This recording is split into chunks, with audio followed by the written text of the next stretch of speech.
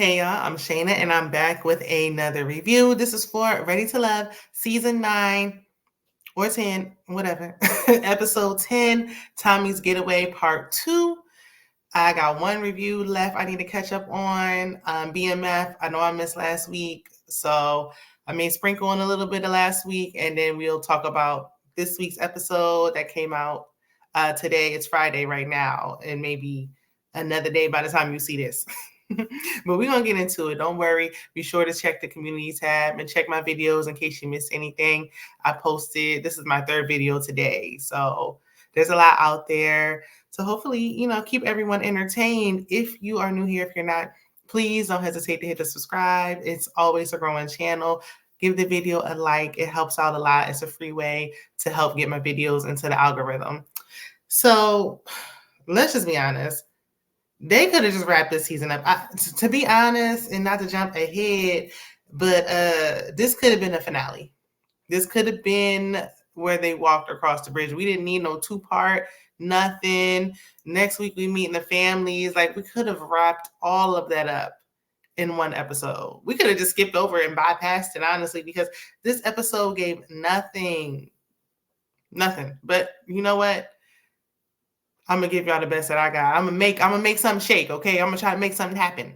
So let's go ahead. We pick up with William. Look, as soon as the episode started, he got eliminated. And I said, now why didn't they just show that last week? It wasn't given what y'all thought it was given with that unnecessary cliffhanger. And then, my folks told me in the comment section, because I didn't even pay attention, that they had already showed that William wasn't there in the commercials, the previews for this week. So it was like, if y'all want to expose it anyway, why did y'all even break it up like that? Unnecessary. But anyway, I appreciate that when William was leaving, Tommy was like, look, we're going to get together. We're going to rock the mic, okay? And I appreciate that because, Tommy does stand up as well. I think he's actually coming. He's going on tour, so I'm going to try to catch one of his shows. I just want to see. I never saw Tommy do stand up, so I'm curious to see how he does. So I'm going to go, support my uncle nephew Tommy. So LeBron got everybody out that he wanted to get out, and now he can focus on Maya.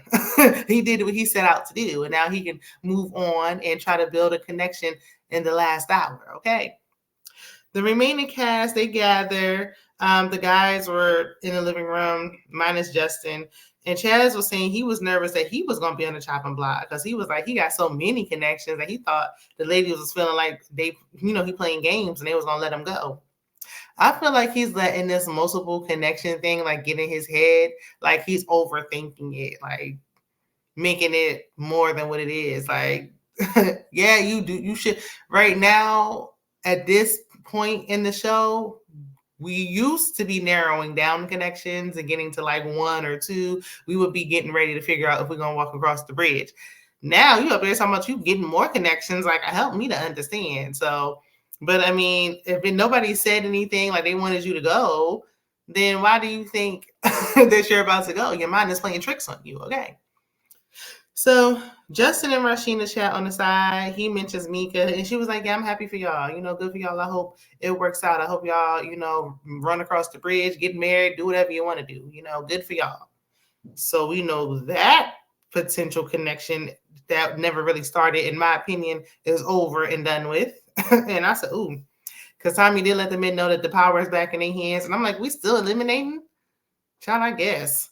Let's just get to it. Like, but okay. All right, we just gonna watch anyway. And I'm like, I'm surprised Rashina made it as long as she did. I just knew she was up next. So Chaz pulls Vanessa to the side. She's upset with him because he's flirting with everybody all in her face.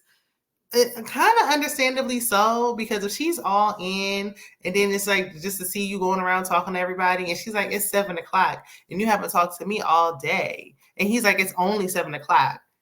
Like, 7:00 is a long time. Like, the day is almost over. It's now nighttime. The day is over. We about to go into the next day. It's not like, oh, you didn't call me today, because we know Chaz don't like to pick up the phone, child. I'm in the same house as you and you didn't even speak to me all day. I would probably feel away as well if I'm really invested and I'm all in. But I mean, He like, listen, I'm trying to juggle all these connections now. Leave me alone. Okay. But he feels like he's being attacked. He says he feels overwhelmed. I said, this ain't gonna go good. Vanessa goes outside with Maya and Rashina, and she's like, she's unsure if Chaz is gaslighting her or if her expectations were too high. Like she just had way too high expectations for him.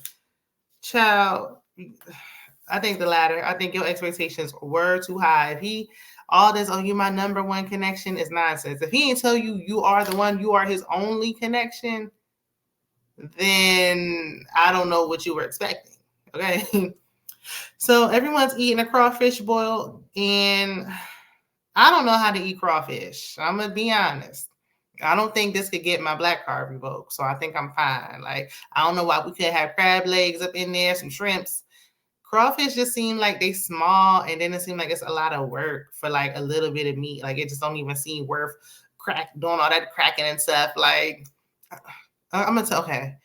Since we, ain't nothing happened, I'm gonna just go ahead and tell y'all because y'all my folks. I normally don't go around telling people this, but I don't even like eating like whole crabs. Like I like crab legs and I love crab meat, but the crab, like just crabs, is too much work. You doing all that cracking and smacking and all that stuff, pulling out gloves, and then you only getting like a little bit of meat. Like to me, it don't seem like it's even worth doing all that. Like, and then later on, LaRon and Maya was up there eating oysters, and I like mussels, but I don't like oysters, like because oysters you're supposed to just swallow them and they feel all slimy going down your throat, and but I mean I do love seafood. Okay, I'm a Cancer, so I love some seafood.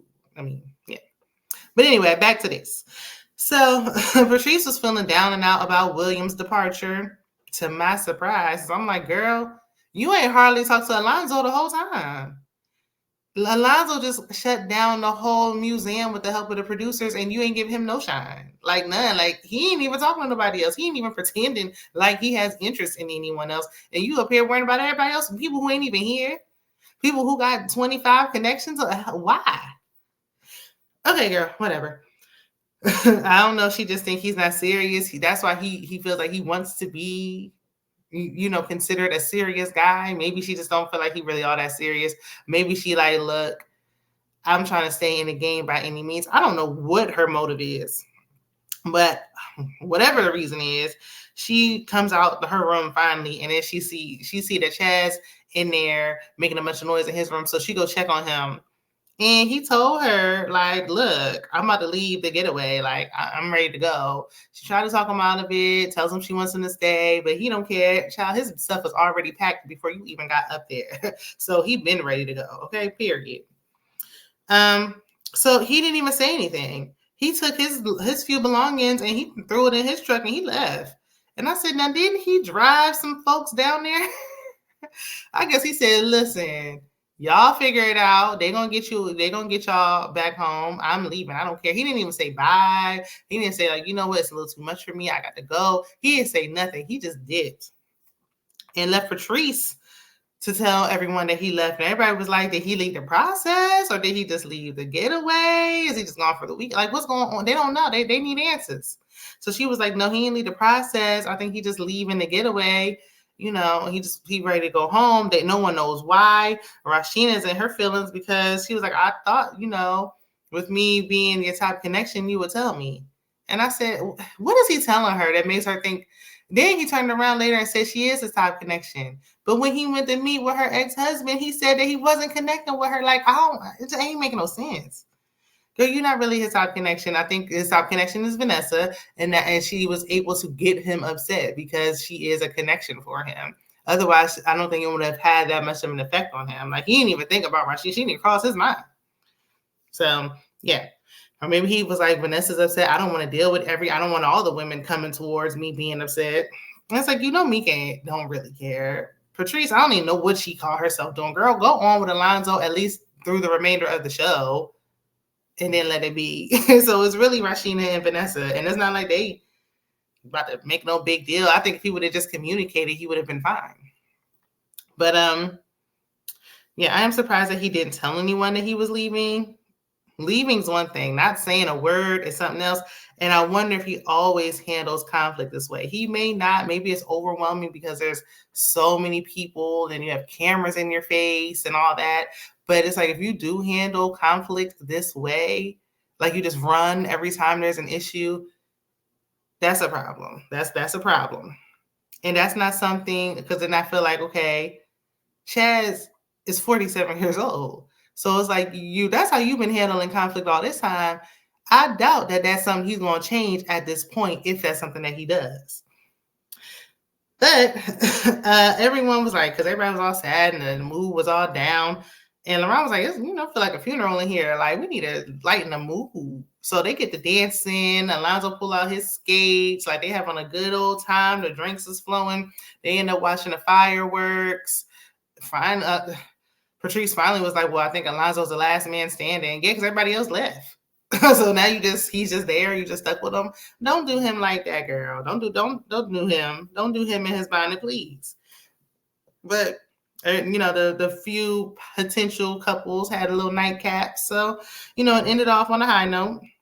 But the next morning, Justin checks on Rashina just as a friend and a friend only. He made it clear. Okay.